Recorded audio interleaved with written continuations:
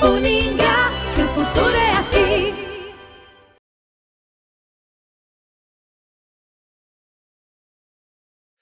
Olá, estamos de volta novamente a mais uma entrevista aqui durante o simpósio Cultivo de Morangos, que está sendo realizado aqui em Maringá. Entramos no segundo dia e hoje a gente tem uma personalidade quando a gente fala em cultivo de morangos aqui no país. Miguel André Campagnoni, ele que é engenheiro agrônomo e veio de Florianópolis, Santa Catarina, exclusivamente para ministrar uma palestra aqui, e o tema produtividade, qualidade, colheita e pós-colheita na cultura do morango. Ele mora em Florianópolis, mas sua área de atuação é a capital do morango catarinense, que é Rancho Queimado. Miguel, seja muito bem-vindo ao nosso podcast. Bom dia, bem-vindo, obrigado. E vamos começar falando então sobre a questão do morango, produtividade e qualidade. Quais os fatores que influenciam então quando a gente aborda esses quesitos? Bom, esse tema ele é bem interessante porque muitos produtores eles querem ter uma alta produção, mas às vezes essa produção ela não tem uma boa qualidade de fruto, que é o que o consumidor ele gostaria, né, que tem um morango assim com uma firmeza, um sabor, né, um fruto que dure mais tempo, né, que tenha mais conservação. Então tem que se aliar, produzir e ter qualidade de produção para ter uma boa venda. E o que o produtor tem que fazer para ter essa boa qualidade no campo? Existe a questão da colheita e pós-colheita, que a gente vai comentar depois, mas existem também os fatores pré-colheita, que é o manejo que o produtor vai ter na sua cultura, né? Um manejo muito importante é a questão da insolação, né? Ela é uma cultura que precisa de luz para fazer a fotossíntese, para ter um bom desenvolvimento de planta. E se o produtor não... Hoje em dia existe o cultivo protegido, né? Que a maioria da produção agora é no sistema semi-hidropônico. E muitos produtores eles não atentam a essa questão da lona. Às vezes a lona ela está suja, há muito tempo ela não se tira, não se lava a lona, e isso vai atrapalhar o desenvolvimento da planta, né? Essa ausência de luz. Então a luz seria um dos fatores. E outros fatores, a questão dos excessos, né? Porque às vezes o produtor ele não vê que a planta está se desenvolvendo bem, ele quer adubar demais. E ele é uma planta sensível ao excesso de sais, aquilo que a gente fala que é a salinidade do slab, do saco de cultivo, né? Se aquele ambiente está muito salino, as raízes acabam se comprometendo. Na verdade, morre o sistema radicular e a planta ela demonstra isso, quer dizer, o pé ele meio que paralisa o crescimento dele. Então, esse excesso de adubação, ele provoca a salinização e não vai ter a produção adequada. Outro fator da adubação é excesso de adubação, no que se diz adubação nitrogenada. Porque o nitrogênio ele é responsável pelo crescimento da planta e também do fruto, dá um fruto maior, mas muito nitrogênio vai dar um fruto mole, aguado, né? Um fruto que não vai ter qualidade ele não vai ter aquele sabor, aquela doçura, e ele logo estraga. Então isso é tudo excesso, então tem que ser uma adubação com cautela. Com relação a essa questão da produção semi-hidropônica, explica pra gente como é que funciona, porque tem a hidroponia que a gente já conhece na produção de alface aqui na nossa região, mas como que funciona a produção semi-hidropônica no morango? Sistema semi-hidropônico, a hidroponia normal, o líquido que é uma, digamos que é uma água com solução já adubada, ele recircula, ele volta para a bancada, né? Ele vai para uma caixa e acaba retornando. Então ali se controla o nível de adubação, que é os sais que estão ali presentes, e pH da água. O semi-hidropônico, geralmente, existe um saco ou uma calha onde tem um substrato, é plantado a muda e é administrada adubação, mas ela não retorna. Na verdade, ela sai ela pinga por baixo, ela pinga por baixo do saco e não retorna. O semi tem esse detalhe. Então, o produtor, ele tanto aduba, depois ele vai irrigando, só que não tem esse retorno, né? O indicado até nós chegar no futuro é um sistema que chama recirculante no morango, que ele é baseado só na casca de arroz carbonizada como substrato, e ele vai para um tanque, e ali também a cada 20, 30 dias se renova totalmente a solução de adubação, e há esse retorno, essa recirculação. Olha só que interessante, hein? E com relação à questão da irrigação, o excesso de água também pode causar problema? Excesso de água vai pela mesma linha da questão do nitrogênio. Se o produtor molha demais, tanto vai estar mais suscetível a doenças, a planta, né? Ela é uma planta de clima seco na origem, então ela é sensível à umidade. Então o abrigo ele tira esse excesso de umidade que vem por cima, né? Garoa, chuva, neblina. Mas se o produtor molhar demais, aí o sistema radicular fica muito molhado, as raízes não têm oxigenação e começa a aparecer doença. E a planta muito aguada, muita água, vai dar frutos moles também. Então sempre tem relação manejo de água e adubação e questão de iluminação, que é a questão da luz. Com relação a essa questão de produção, tem mais algum detalhe com relação a excessos que o senhor acha importante a gente destacar aqui nesse podcast? Falando nessa questão de planta, a gente chama sinais de planta, que é o produtor observar como é que está o cultivo dele. Se a planta, por exemplo, a folhagem está muito escura, muito verde escura, muito grande as folhas, sinal de excesso de adubação. Ou se está muito clara, pode estar faltando. Fruto muito aguado, muito mole. Sinal também de que está algum erro de algum manejo. Então, esses sinais que se observa a campo, pragas e doenças, tem que ter muita atenção, né? Esse manejo constante de o que está ocorrendo na lavoura, e até hoje em dia existe uma tendência a utilizar produtos mais biológicos, alternativos, isso também vai gerar uma qualidade ao consumidor, né? A gente vive um momento que o consumidor ele tem uma exigência maior para um produto de qualidade e com o mínimo de produtos químicos. O ideal seria 0. E hoje já existem alternativas no mercado de produtos de origem botânica e biológicos.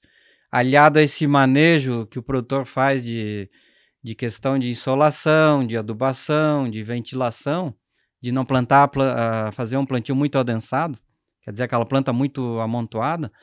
Então, todo esse manejo vai gerar um fruto de qualidade. E essa observação a campo é importante, esses sinais que a planta está indicando para o produtor o que deve ser mudado ali.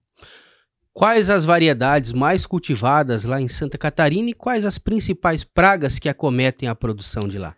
Santa Catarina, assim, cada região tem uma característica, né? De acordo ao mercado.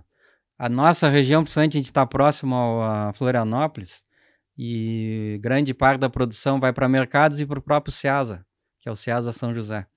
Então, o preço que o produtor... E tem muitas famílias, a gente tem em torno de 400 famílias na região de Morango. Então, é bastante produção, né? Então, o preço praticado ele não é muito alto.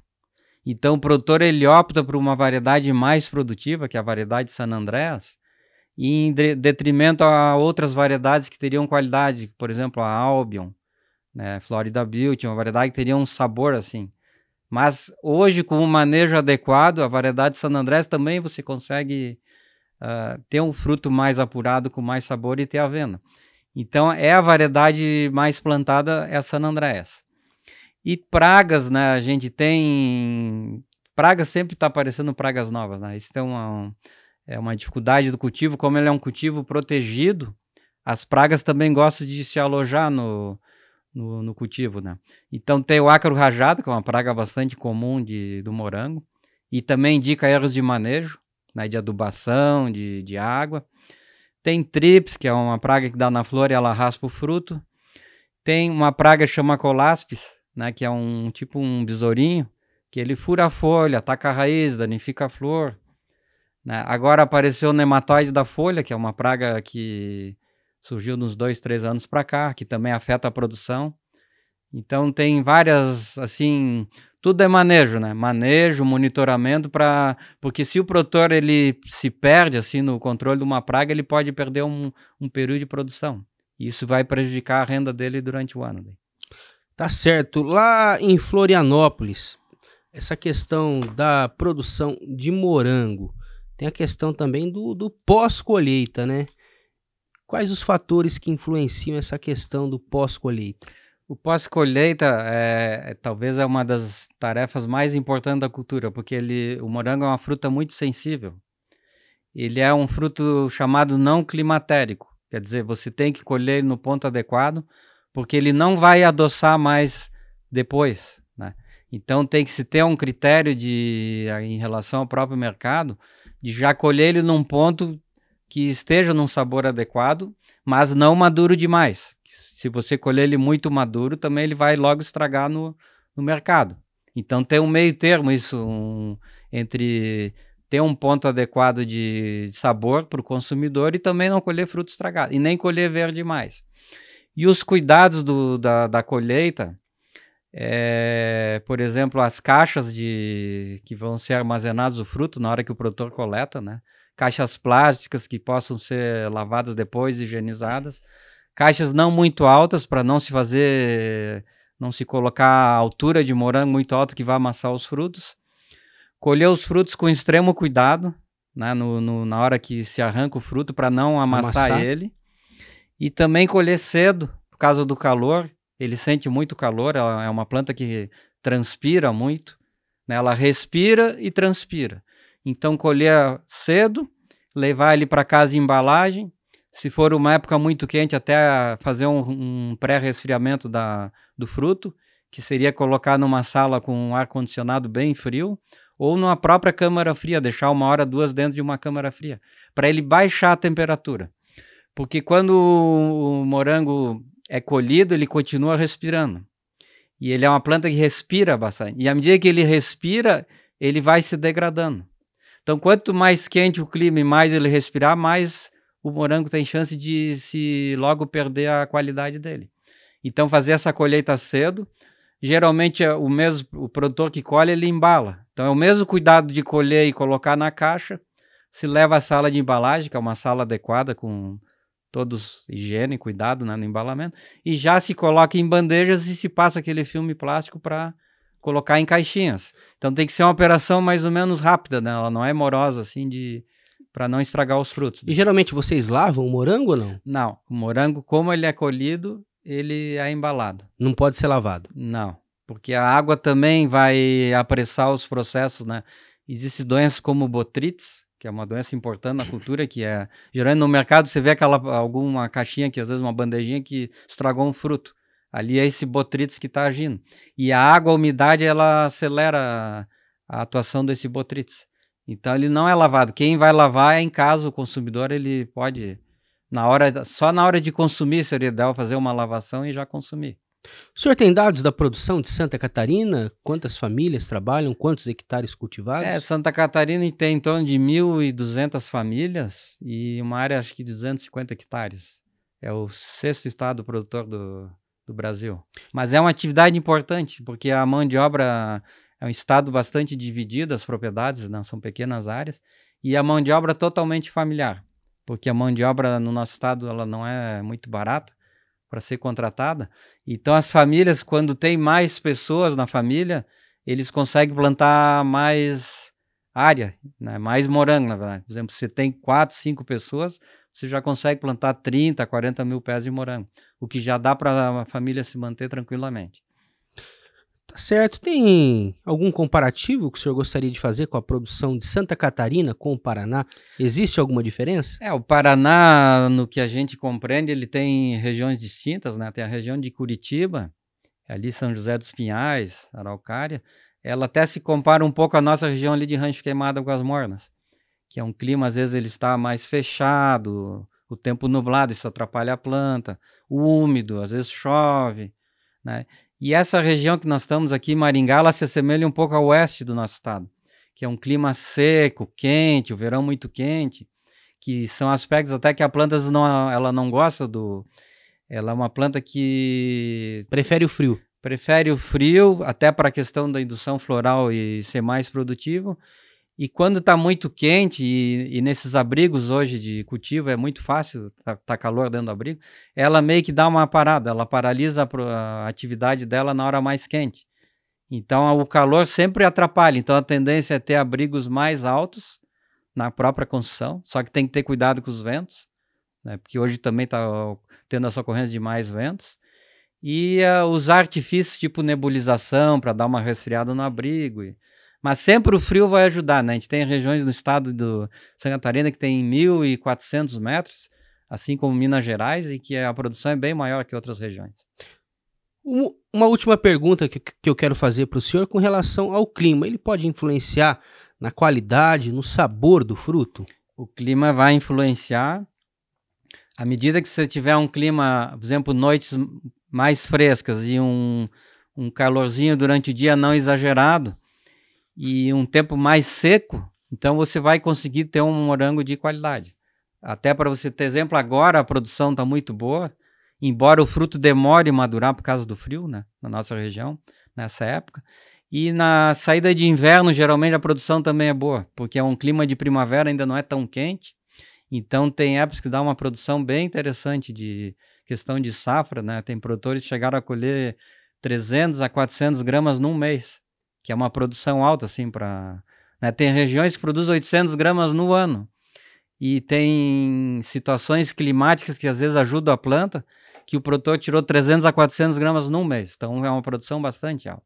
Então o clima ele influencia bastante a cultura.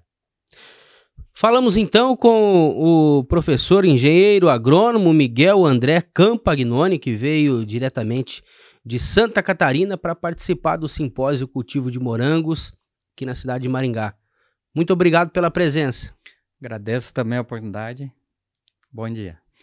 Eu volto a qualquer momento, então, com outras entrevistas durante o Simpósio de Morango, que você pode conferir nos canais aqui do Centro Universitário Ingá, no canal do YouTube, do IDR Paraná e também do Canal do Agro.